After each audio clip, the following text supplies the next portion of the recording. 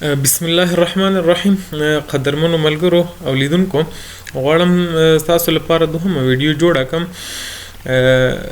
لکه مخکې مې چې یادوري کړې وه،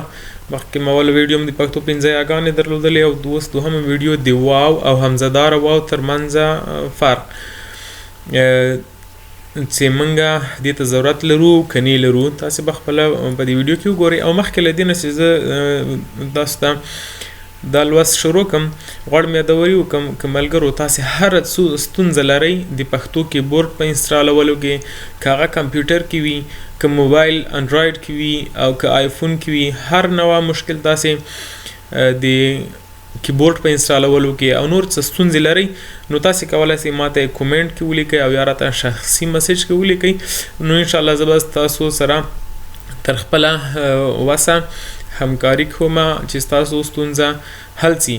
او باید چې موږ ټول پښتانه پښتو کیبورډ لرو کمپیوټر او موبایلونو کې، او همدارنګه پښتو زده کو او وی کاروو. راځم درس ته. او که چیرته تاسو هغه مخکینی ویډیو کتلی وي، نو دا اوسنی ویډیو به تاسو ته نور لا هم اسانه شي، ځکه ما چې کوم میتود یا کوم طریقه سه تاسو ته وړاندې کوم هغه د یو فرمول په شکل ده، نه دا چې ګراماتیک سه ده لکه اکثر استادانو تشریح کړي دي، خو هغه ډیر زر د سړي له هیر وځي. اکثره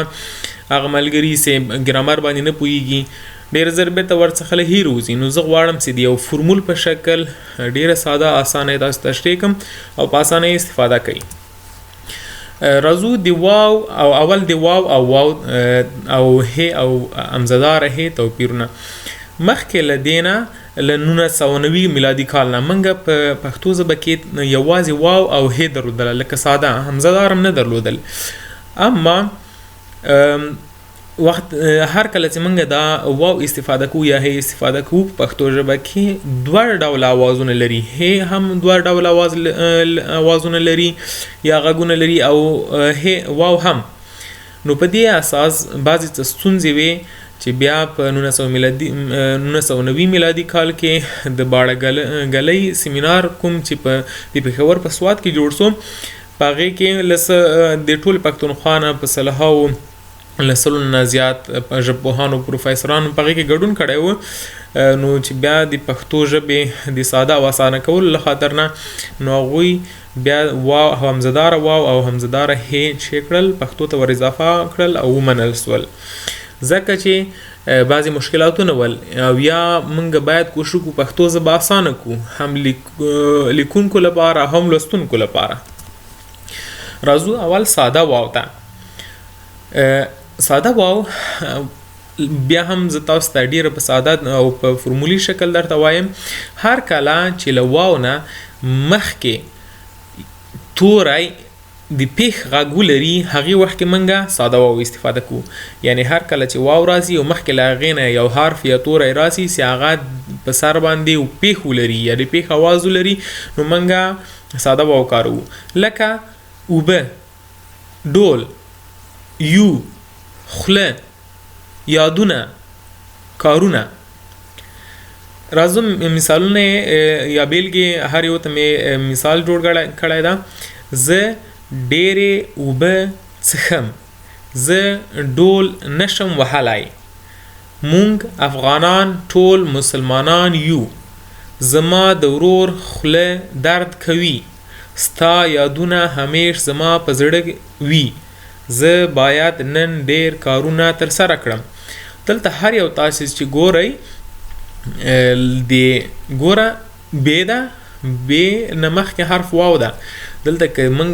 د دې تلفظ وګورو، اواز یې وګورو، نو هغه پیښ اوبه، ګوره واو څه ده چې لري، پیښ لري. یا مثلا ډول ده که نه، ګوره دلته واو ده، له واو نه مخکې حرف ډول ده، ډال څه ده د چې اواز لري د پیښ ډول. لکه که موږ تاسې په ټکو باندې ووایو ډال واو پیښ ډول که نه. همدارنګه لکه یو یا خوله یا یادونه، ګوره واو ده، له یا واو نه مخکې دال د دال چې اواز لري د پیښ یادونه،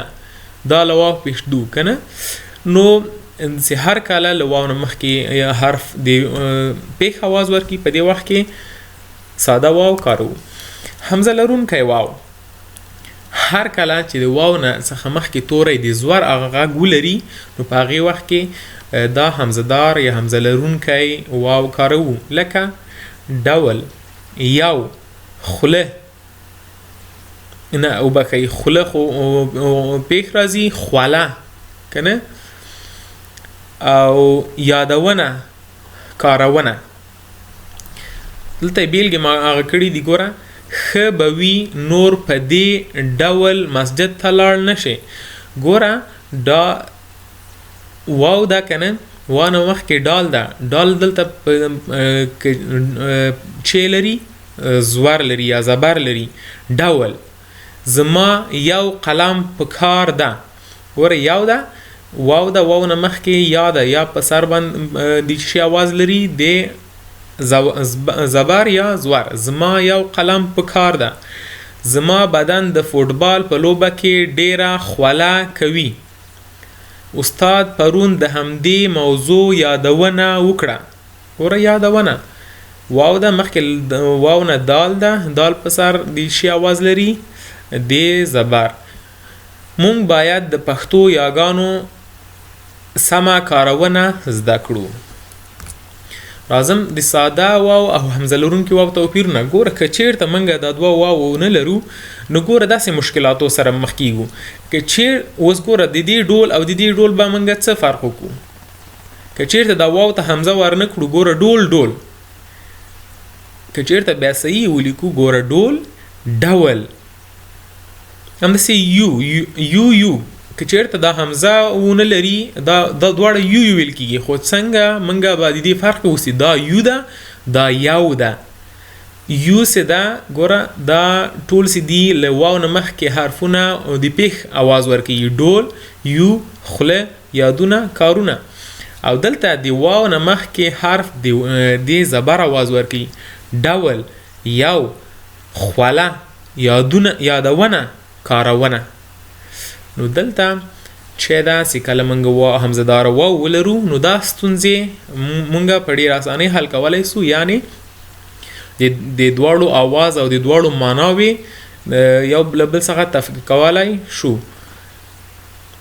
نو قدرمن دوستانو خدای وکړي چې یو څه مو ترې نه زده کړي وي بیا هم که هر مشکل هره ستونزه تاسې په دې لوست کې یا نور د پښتو کیبورډ لیکدود ژبدود هر څه کې ستونزه لرئ کولی سئ ما ته کومنټ کړئ یا راته شخصي کې راولېږئ زه به تاسو سره تر خپله واسه مرسته کوم او انشاءالله دا ویډیو تاسو سره شیر کړئ چې نور ملګري ټول پښتانه ورونه یې دا زده کړي او ګټه ترېنه واخلي ډېره زیاته مننه السلام علیکم ورحمت الله وبرکاته